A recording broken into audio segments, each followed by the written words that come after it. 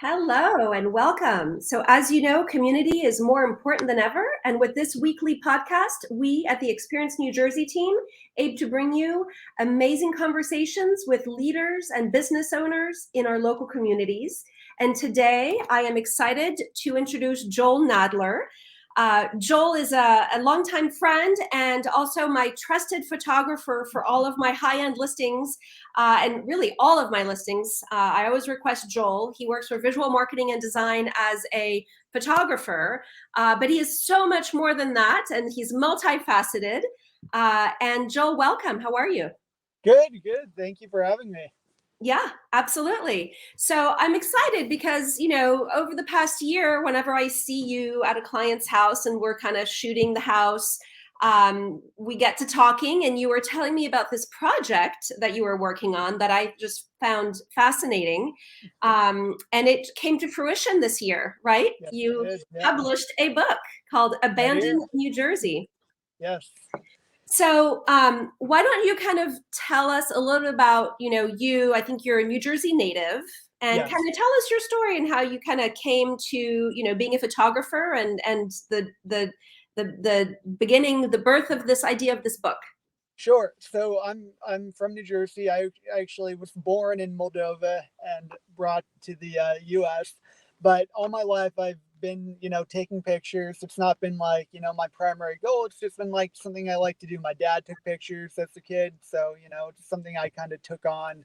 And with the abandoned stuff, that came to me in high school. I read the book Weird New Jersey, and just finding stuff in that brought me to the Essex County Overbrook Hospital, an old psych center in northern New Jersey, and going through that in high school, and then eventually doing a short documentary on it brought me to start photographing these abandoned spaces. And ever since, I've just been going all over to them. Yeah.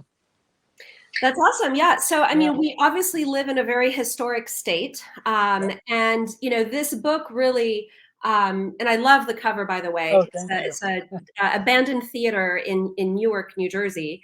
Yes. And you kind of take us on this photographic journey of these abandoned spaces that, it's almost baffling how these are still standing and are abandoned and, haven't been repurposed or secured or anything like that. But I mean, you take photos and your photos are amazing, of old homes, old churches, old hospitals, old schools, and, which all at one point were vibrant spaces and then just Yeah. like time stopped.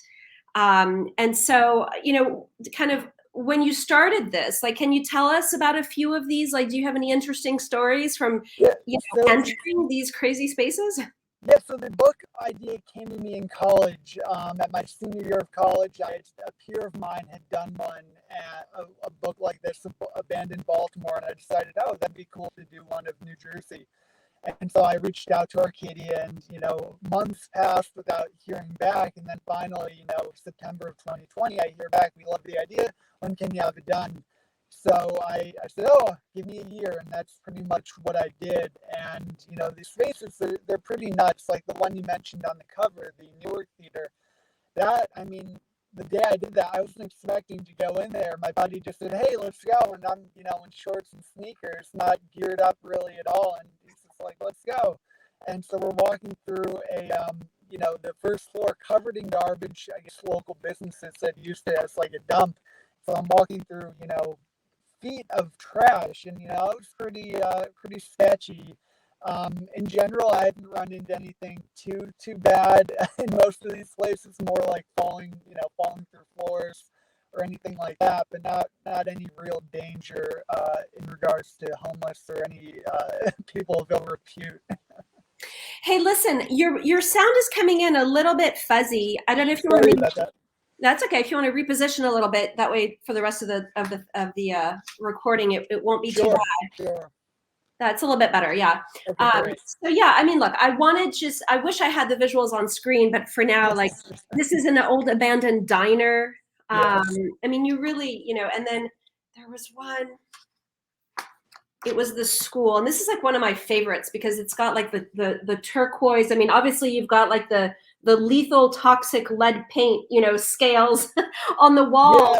And Yeah, you really, I mean, you turn these pictures into, works of art, and they tell this, this story of these amazing places. So tell us kind of, how are you getting the word out about the book? I know that the Words bookstore in Maplewood has ordered your book.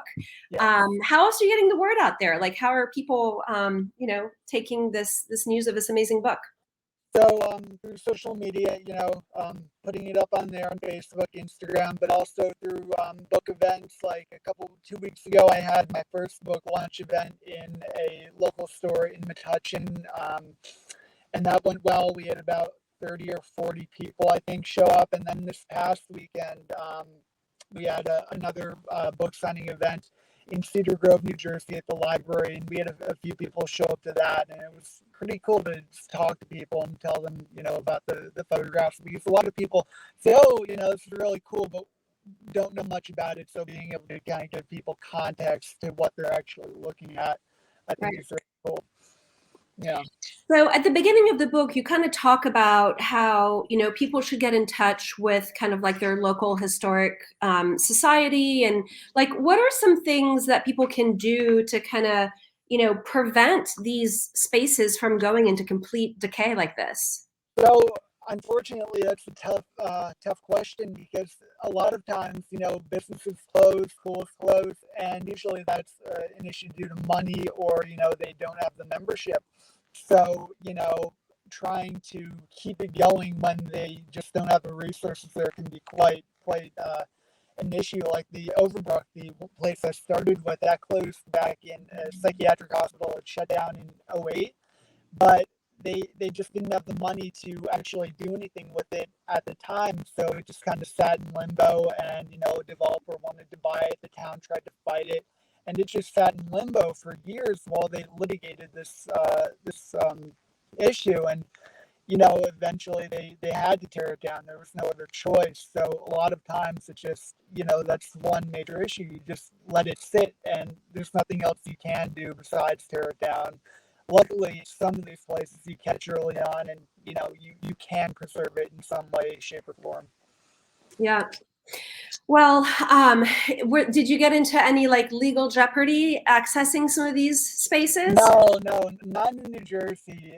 Thank goodness. I have been caught once in Scotland. I studied at the Glasgow School of Art for a semester, and we were in a building, and we see the police car come around, and we say, "Oh, that's not good." So we crawl out, and we have two policemen looking down at us like, "Hey, what are y'all doing?" And they're like, "Oh, we're taking pictures." And they're like, "Ah, get out of here, you stupid kids." Right, But right. nothing beyond just get out of here, because people see we're taking pictures, we're not breaking anything, we're not damaging, we're not stealing.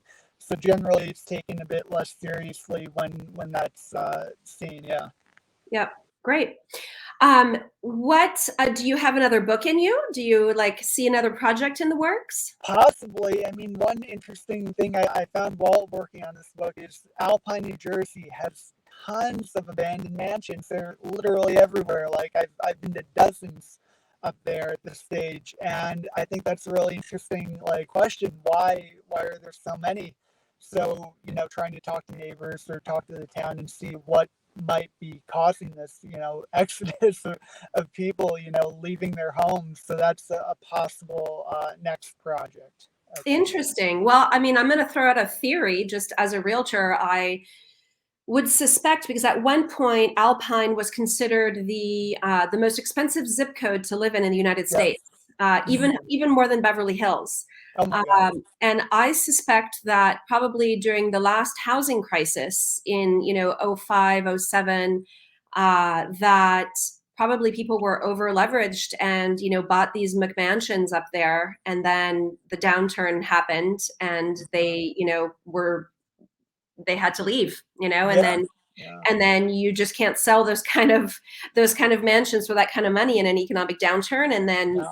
then they become older and not as well taken care of, and then nobody wants to buy them. So Yeah. Yeah. but would love to have you back and tell us that story whenever Yes. you get to it. For So sure. Awesome. Well, I mean, you travel a lot. Do you see yourself doing this, like, in other areas as well outside of New Jersey? Yes, I mean, I travel all over the country. I mean, just this past winter, I did a cross-country road trip to California and back, going to national parks and visiting family and stuff, photographing all along the way. So, yes, that's certainly a major part of my life that will never, never leave me. Yeah, your car, and a camera. Yes, pretty much. That's awesome. Well, listen, Joel, I really appreciate you being on. I really encourage people to get this book. It's a great coffee table book. The photos are really stunning, and I'm happy to have a copy signed by you. So I appreciate that. Of course. And I wish you the best of luck with your endeavors. And Thank you. I'll see you at the next house that we photograph. Yes, sounds good. Thank you for having me. Awesome. All right. Bye, Joel.